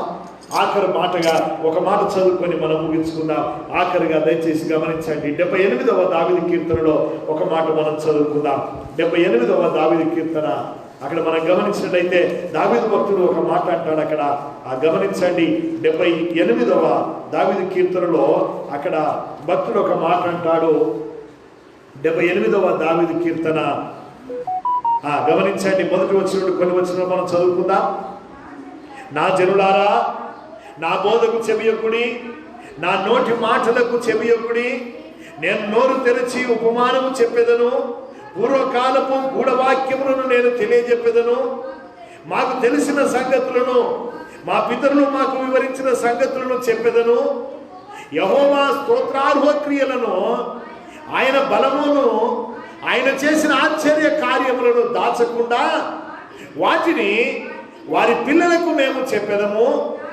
రాగల తరములలో పుట్టబోవు పిల్లలు దాని నెరుగునట్లు వారు లేచి తమ పిల్లలు దానిని వివరించినట్లును వీరును దేవుని యందు నిరీక్షణ గలవారై దేవుని క్రియలను మరువకయుండి ఆ యథార్థ హృదయులు కాక దేవుని విషయమై స్థిర మనసు లేని వారై తమ పితరుల వలె తిరగబడకయు మూర్ఖతయు తిరుగుబాటును గల ఆ తరమును పోలియుండకయు వారు ఆయన ఆజ్ఞలను గైకొనున్నట్లును ఆయన యాకోబు సంతతికి శాసనములను నియమించను. ఈ రీతిగా మీరు తర్వాత చదవండి, అక్కడ చాలా విషయాలు ఉన్నాయి. ఎలాగుండాలంట? మనం ఆ రీతిగా ఉండాలి అని అంటాడు. అందుకొరకైనా 6వ వచనం అంటాడు, యథార్థ హృదయులు కాక వారు స్థిరమైన మనసు లేక వారు తిరగబడ్డారు. మూర్ఖత, తిరుగుబాటు ఆ తరమును పోలి ఉండక. మనం ఇప్పుడు అలా ఉండకూడదు. చాలా మంది అనుకుంటారు దేవుని నమ్ముకుంటే ఎలాగుండాలి, దేవుని కొరకు బ్రతుకుతే ఎలాగుండాలి, క్రైస్తవులు కదా ఇలాగా అలాగా అని అంటారు. కానీ దేవుడు చెప్పేది ఒకటే, నీవు యథార్థంగా ఉండడం నేర్చుకో. కనీసం ఈ ఆఖరి దినంలోనైనా, ఈ భయంకరమైన పరిస్థితుల్లోనైనా నీవు, నీ కుటుంబము, నీవు, నీ మనస్సు యథార్థంగా ఉండడం నేర్చుకోవాలి. స్థిరమైన మనస్సు కావాలి మనకు. చంచలత్వం కాదు, అంటే ఎక్కడికి పోతే అక్కడ పాట పాడడం కాదు. నువ్వు ఎక్కడున్నప్పటికీ సరే దేవుని కొరకు బ్రతకడం నేర్చుకో. అది కొరకని అంటాడు అక్కడ. గమనించండి, ఆ మన పితరుల వలె తిరగబడకయు మరి స్థిరమైన మనస్సు లేని వారై మూర్ఖతయు తిరుగుబాటు. ఇంతకుముందు మనం చూసాం కదా. అప్పటికప్పుడే గమనించండి, నిర్గమకాండం 13వ అధ్యాయంలో వారు బయటకు వచ్చారు. 14వ అధ్యాయం 1వ అధ్యాయంలో వారు మధ్య భాగంలోకి వచ్చారు. 12-13 వచ్చేసరి కంటే వారు ఏమైతే ఉన్నారు, తిరుగుబాటు చేస్తారని. అంతలోగే తిరుగుబాటు వచ్చింది, అప్పటికే సనుక్కోవడం వచ్చింది, అప్పటికే మోసే మీద గులగడం వచ్చింది, అప్పటికే. అది కాదు, ఏమైంది? నీ స్థిరమైన మనస్సు చూడగానే అయిపోయిందా? పరిస్థితులు కొంచెం తారుమారు కాగానే ఎక్కడికి పోయింది విశ్వాసం? అందుకొరకనే ఈ దినాన నిజమైన జీవితం, నిజమైన విశ్వాస జీవితాలు ఎలాగున్నాయి? ఈ భయంకరమైన పరిస్థితుల్లో ఎంతమంది ప్రార్థన చేస్తూ ఉన్నారు? ఈ భయంకరమైన పరిస్థితుల్లో ఎంతమంది విశ్వాసం కలిగి ఉన్నారు? ఈ భయంకరమైన పరిస్థితుల్లో ఎంతమంది దేవుని మీద ఆధారపడి దేవుని వాక్యమును కలిగి బ్రతుకుతున్నారు? ఎంతమంది తిరుగుబాటు చేసి మూర్ఖత్వంతో లోకంలో కలిసిపోయిన వారుగా ఉన్నారు? ఈ దినంలో ఒక్కసారి నిన్ను జ్ఞాపకం చేసుకోవాలి. అలాంటి బ్రతుకు కాదు. ఎన్ని పరిస్థితులు ఏమైనా కానీ దేవుని కొరకు బ్రతికే బ్రతుకు కావాలి. మనం ఏం తీర్మానం చేశాం? బాప్తిసం తీసుకునేటప్పుడు తీర్మానం చేశాం. మొదట్లో యేసు ప్రభు నమ్మినప్పుడు మనం తీర్మానం చేసాం. ఎన్ని కష్టాలు వచ్చినా, ఎన్ని బాధలు వచ్చినా, దేవా నేను నీ వాక్యాన్ని మరువా, నేను నీ వాక్యాన్ని విడువా, నేను నీ కొరకే బ్రతుకుతా, నేను నీ కొరకే జీవిస్తున్నావా? మర్చిపోయావా? కనీసం ఇప్పటికైనా మనల్ని మనం జ్ఞాపకం చేసుకుంటూ దేవుని కొరకు బ్రతుకుదాం. అలాంటి బ్రతుకును దేవుడు మనకు దయచేలాగున మనం ప్రార్థన చేద్దాం. గమనించండి, సమయంలో ఆయన చేసిన ఆశ్చర్య కార్యాలను నువ్వు మరవద్దు. ఆయన చేసిన అద్భుత కార్యాలను నువ్వు మరవకుండా దేవుని కొరకు నువ్వు బ్రతకాలి, దేవుని కొరకు నువ్వు జీవించాలి. గమనించాలి. ఆఖరుగా అక్కడే అదే అధ్యాయంలో ఒక మాట చదువుకొని ముగించుకుందాం. 78వ దావీదు కీర్తనలో 10-11 వచనాలు చూడండి. వారు దేవుని నిబంధనను గైకొనకపోయిరి, ఆయన ధర్మశాస్త్రమును అనుసరించనొల్లకపోయిరి, ఆయన క్రియలను, ఆయన వారికి చూపిన తన ఆశ్చర్య క్రియలను వారు గమనించండి. మనం మాత్రం అలా కాదు. ఈ పరిస్థితుల్లో మనం మరవకుండా ఉండాలి, మనము అనుసరించాలి, మనము గైకొనాలి. మనం వెనుకకు తిరగడం కాదు, ముందుకే సాగాలి. పరిస్థితులు ఏమైనప్పటికీ ముందుకు సాగినప్పుడు దేవుడు సహాయం చేస్తాడు. దేవుడు తన అద్భుత కార్యాన్ని మనకు చూపి మనల్ని ఆశ్చర్య రీతిగా ఆయన మనల్ని నడిపిస్తాడు, అద్భుత రీతిగా మనల్ని నడిపిస్తాడు. గమనించండి, ఇశ్రాయేలులను ఒక్కసారి జ్ఞాపకం చేసుకున్నట్లయితే, ఇది ఒడవదు కానీ ఇశ్రాయేలులను ఒక్కసారి జ్ఞాపకం చేసుకున్నట్లయితే వెనకాల శత్రువులు ఉన్నారు, ముందు ఎర్ర సముద్రం ఉన్నది. కానీ దేవుడు వారికి సహాయం చేశాడు మోషే ద్వారా. మోషేతో అన్నాడు, మోషే నీ చేతిలో ఉన్న కర్రను ఒక్కసారి నువ్వు ముందుకు చాపమన్నాడు. దేవుడు చెప్పినట్టుగా మోషే చేశాడు. ఆ సముద్రం ఏమైంది? 2 పాయలుగా అయిపోయింది, ఆరిన నేలగా అయిపోయింది, గోడలు అయిపోయాయి. ఆ ఆరిన నేల మీద గమనించండి, వారు కన్నులారా చూశారు. ఆరిన నేల మీద వారు నడుచుకుంటూ బయటకు వెళ్ళారు. నడుచుకుంటూ బయటకు వెళ్ళగానే మళ్ళీ వెనకాల శత్రువులు వస్తూ ఉన్నారు. వారు సముద్రం మధ్యలోనికి వచ్చారు. తిరిగి వారు కూడా బయటకు వచ్చి మొదలు చంపుతారేమో అనుకున్నారు. కానీ అప్పుడు తిరిగి మోషేతో దేవుడు అన్నాడు, మోషే నువ్వు ఒక్కసారి వెనుకకు తిరిగి నీ చేతిలో ఉన్న కర్రను మళ్ళీ నువ్వు చాపమని అన్నాడు. వెంటనే మోషే తిరిగి ఆ కర్రను చాపగానే ఆ సముద్రం ఏమైంది? మళ్ళీ ఆ గోడలు కాస్త కూలిపోయి యథావిధిగా సముద్రం అయిపోయింది. ఆ శత్రువులందరూ కూడా ఆ సముద్రంలో పడి ఇక ఎన్నటికీ నేను చూడను అని అన్నట్టుగా వారిని చూశారా? లేదు, వారి శవాలను మాత్రమే చూశారు. గమనించండి, ఈ విపత్కరమైన పరిస్థితుల్లో, ఈ భయంకరమైనటువంటి, ఈ నాశనకరమైనటువంటి పరిస్థితుల్లో నీవు దేవునికి ప్రియమైన బిడ్డగా ఉండడం నేర్చుకోవాలి, శత్రువుగా కాదు. దేవుని వాక్యాన్ని అనుసరించు, దేవుని మాటలను నమ్ము. నువ్వెవరైనా సరే, నువ్వు దేవుని నమ్మినా నమ్మకపోయినా, నువ్వు క్రైస్తవులైనా క్రైస్తవేతరులైనా, ఇది కేవలం క్రైస్తవుల కాదు, ఇది మతము కాదు. నువ్వు ఎవరైనా సరే ఒకటి నువ్వు జ్ఞాపకం ఉంచుకో, దేవుని మాటలను నమ్మడం నేర్చుకో. దేవుడు నిన్ను కాపాడుతాడు. హల్లెలూయా. నువ్వు కాపాడబడాలా? అలా కాపాడబడాలి అని అంటే దేవుని కొరకు బ్రతుకు. దేవుడు నిన్ను ఆశీర్వదిస్తాడు. అలాంటి ఆశీర్వాదము దేవుడు మనకు, మన కుటుంబాలకు, దేవుడి వాక్యాన్ని విన్న బిడ్డలకు దేవుడు దయచేయాలని ప్రార్థన చేద్దాం. ఇలాంటి భయంకరమైన పరిస్థితుల్లో దేవుడు మనకు తోడుగా ఉండి మనల్ని నడిపించేవాడు. మనము కన్నులారా చూస్తాము దేవుడి యొక్క కార్యాన్ని. మనము దేవుని యందు విశ్వాసం ఉంచి అంతకంతకు మనం అభివృద్ధి చెందుతూ దేవుని కొరకు మనం బ్రతుకుదామా? ఈ యాత్రలో ఎన్ని పరిస్థితులు అనుకూలంగా ఉన్నా, అనుకూలంగా లేకపోయినా దేవుని నామానికి మహిమకరంగా బ్రతకాలి. గమనించండి, అందుకొరకనే ఇశ్రాయేలు ప్రజలు ఆ భయంకరమైనటువంటి పరిస్థితుల్లో బయటకు వచ్చారు. అప్పుడు వారు దేవుని యందు భయము భక్తి కలిగి ఉన్నారు. ఇప్పటికైనా నువ్వు దేవుని యందు భయం భక్తి కలిగి ఉంటావా? దేవుడు నిన్ను కాపాడి రక్షించుంటావా? నువ్వు ప్రార్థన చేయడం నేర్చుకో, నీ కుటుంబంతో కలిసి ప్రార్థించడం నేర్చుకో. ఈ పరిస్థితులను బట్టి దేవుని నామానికి మహిమ తేవడం నేర్చుకో. ఆ తద్వారా దేవుడు నిన్ను ఆశీర్వదిస్తాడు. అలాంటి ఆశీర్వాదాన్ని దేవుడు మనకు దయచేయాలన్నా ప్రార్థన చేద్దాం. దేవుడి మాటలు దీవించి ఆశీర్వదించిన గాక. ప్రార్థన చేసుకుందాం. అందరం కూడా తరడు వచ్చి కళ్ళు మూసుకొని ప్రార్థన, మీరున్న స్థలంలోనే తరడు వచ్చి కళ్ళు మూసుకోండి, ప్రార్థన చేసుకుందాం. దేవా, ఈ దినమున ఈ సమయంలో మమ్మల్ని దీవించయ్యా. ఈ కరోనా వైరస్ బారి నుండి కూడా మమ్మల్ని తప్పించయ్యా. మేము కలిసి బ్రతకాలనేటువంటి రీతిలో మేము ఉన్నాం ప్రభువా. అవును తండ్రి, మా చుట్టూ భయంకరమైన పరిస్థితులు ఉన్నాయి తండ్రి. ఈ భయంకరమైన పరిస్థితుల్లో మేము ఎలాగ బ్రతకాలి? మమ్మల్ని కాపాడే దేవుడవు నీవే, మాకు సహాయం చేసే దేవుడవు నీవే, మా ముందు వెనకాల ఉండి మా పక్షంగా యుద్ధము చేసే దేవుడవు నీవే. అయితే నీ మాటలు నా హృదయంలో ఉండాలి, నీ మాటలు నా జీవితంలో ఉండాలి, నీ మాటలు నా కుటుంబంలో ఉండాలి. అప్పుడే నువ్వు నన్ను కాపాడే దేవా, నీ కొందనాలు తండ్రి.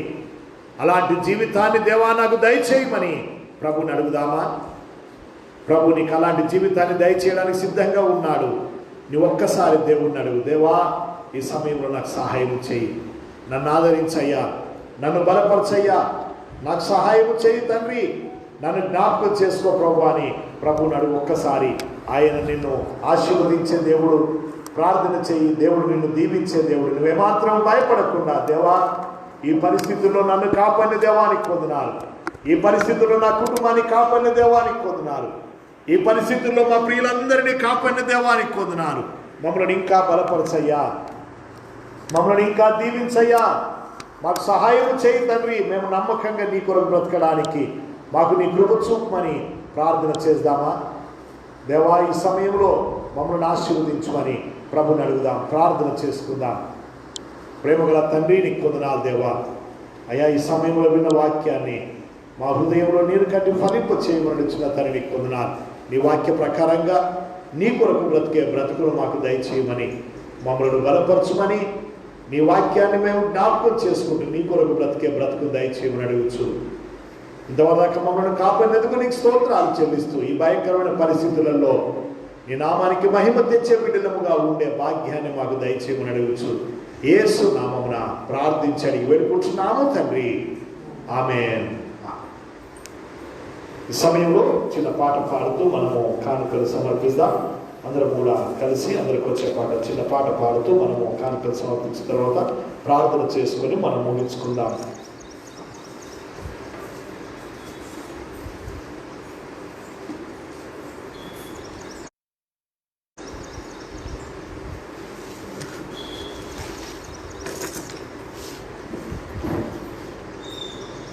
చిన్న పాట అందరం కలిసి పాడుకుందాం.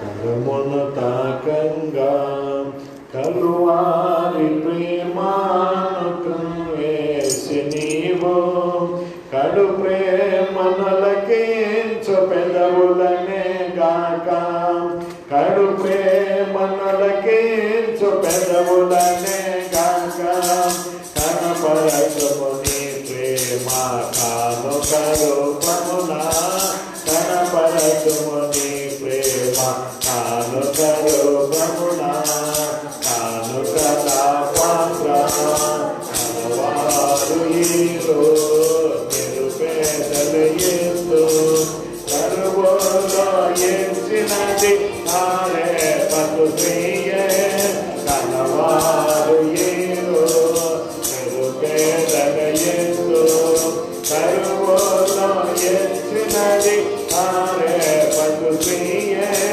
కాసులనిచ్చినది కడుమేద కాదా, కాసులనిచ్చినది కడుమేద కాదా, కరుదాతో సమగలదు మాసిదోనియలో, కరుదాతో సమగలదు మాసిదోనియలో, కానుకల పాత్ర కరమున తాకంగా కలువారి ప్రేమాను పడవేసి నీవు కడు ప్రేమలకించు పెదవులనే గాక, కడు ప్రేమలకించు పెదవులనే గాక, కనపరచుము నీ ప్రేమ కానుకలు పమునా, కనపరచుము నీ ప్రేమ.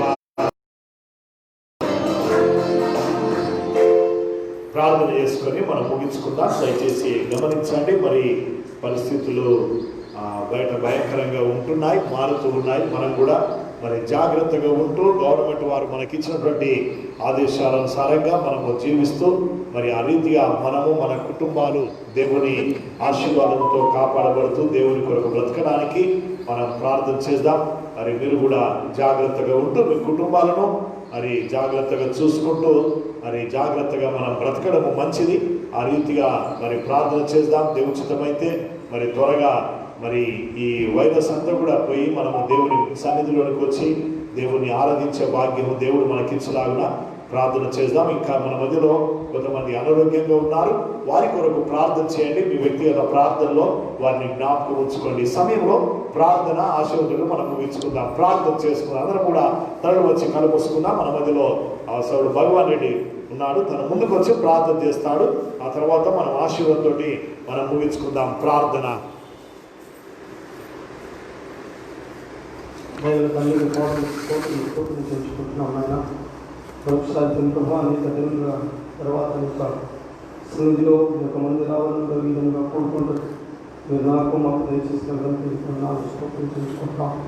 ఇంతవరకు మాకు తోడైన దేవుడు నైనా అనేకమైనటువంటి విపత్కరమైనటువంటి పరిస్థితుల్లో నుంచి మమ్మల్ని తప్పిస్తూ అయాములతో నడిపించిన దేవుడు కనుక నీకు వందనాలు స్తోత్రం తెలుసుకుంటున్నాం. అయా మేము వినడు ఎరగని భయంకరమైనటువంటి దినములతో ప్రభావ మేము తన నమ్ముతూ నడుస్తున్నాం.